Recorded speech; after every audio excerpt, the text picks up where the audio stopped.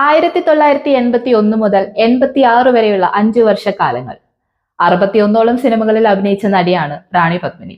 എന്നാൽ 1986 ഒക്ടോബറിൽ തന്റെ 24-ാം വയസ്സിൽ ജീവിതത്തിന്റെ പടിയിറങ്ങാനായിരുന്നു അവർക്ക് വിധി.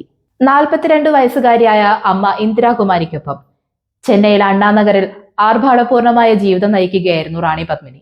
എന്നാൽ സിനിമയുമായി യാതൊരുവിധ ബന്ധവുമില്ലാത്ത ചിലർ സാമ്പത്തിക ലാഭത്തിന് വേണ്ടി അവരെ വകവരുത്തി എന്നാണ് പിൽക്കാലത്ത് തെളിയിക്കപ്പെട്ടത്. വീട്ടിൽ പണം സൂക്ഷിച്ചു വയ്ക്കുന്ന ശീലമില്ലാത്ത റാണിയെ എന്തിനു കൊന്നു എന്ന് ഇനിയും വ്യക്തമായിട്ടില്ല. മാത്രവുമല്ല, കൊലപാതകം ചെയ്ത രീതിയും കുടിപ്പക തീർക്കുന്ന രീതിയിലായിരുന്നു. തിരുവനന്തപുരം സ്വദേശിനിയായിരുന്നു റാണിയുടെ അമ്മ ഇന്ദിരാദേവി. കടുത്ത സിനിമാ പ്രേമിയായിരുന്ന ഇവർ സിനിമാ മോഹങ്ങൾ പൂവണിയിക്കുന്നതിനായി മദ്രാസിലേക്ക് വണ്ടി കയറി. തുടക്കത്തിൽ ഡബ്ബിംഗ് ആർട്ടിസ്റ്റായി പ്രവർത്തിക്കുന്നതിനിടയിലാണ് ചൗധരി എന്ന ആളുമായി അടുക്കുന്നതും പ്രണയത്തിലാകുന്നതും തുടർന്ന് വിവാഹം ചെയ്ത് റാണിയെ പ്രസവിക്കുന്നതും. തനിക്ക് നടക്കാതെ പോയ ലക്ഷ്യങ്ങൾ തന്റെ മകളിലൂടെ നേടിയെടുക്കുക എന്നായിരുന്നു ആ അമ്മ ഉദ്ദേശിച്ചിരുന്നത്.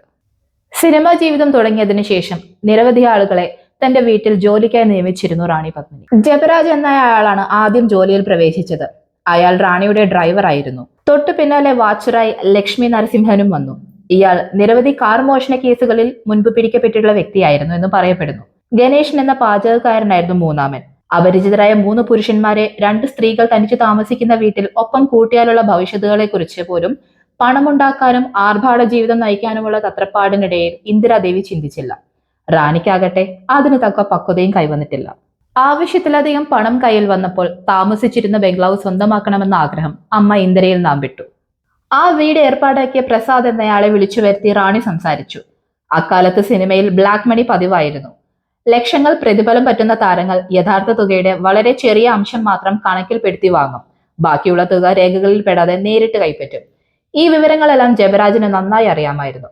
പണം നേരിട്ട് കൊടുത്ത് വീട് വാങ്ങുന്ന കാര്യം റാണിയും പ്രസാദും തമ്മിൽ ചർച്ച ചെയ്യുന്നത് ജബരാജ് കേൾക്കാനിടയായി. റാണിയുടെ കൈവശം കണക്കില്ലാത്ത സ്വർണവും പണവും ഉണ്ടാകുമെന്ന് അയാൾ ഊഹിച്ചു. ഇത് കൈക്കലാക്കുവാൻ ജന്മനാ ക്രിമിനൽ മൈൻഡുള്ള ജബരാജ് ഇന്ദിരയെയും റാണിയെയും കൊല്ലാൻ തീരുമാനിച്ചു. ഗണേശനെയും ലക്ഷ്മി നരസിംഹനെയും അയാൾ ഇതിനായി കൂട്ടുപിടിച്ചു. കിട്ടുന്നതിന്റെ 1/3 അവർക്കും നൽകാം എന്ന നിബന്ധനയിലായിരുന്നു ഈ ശ്രമം.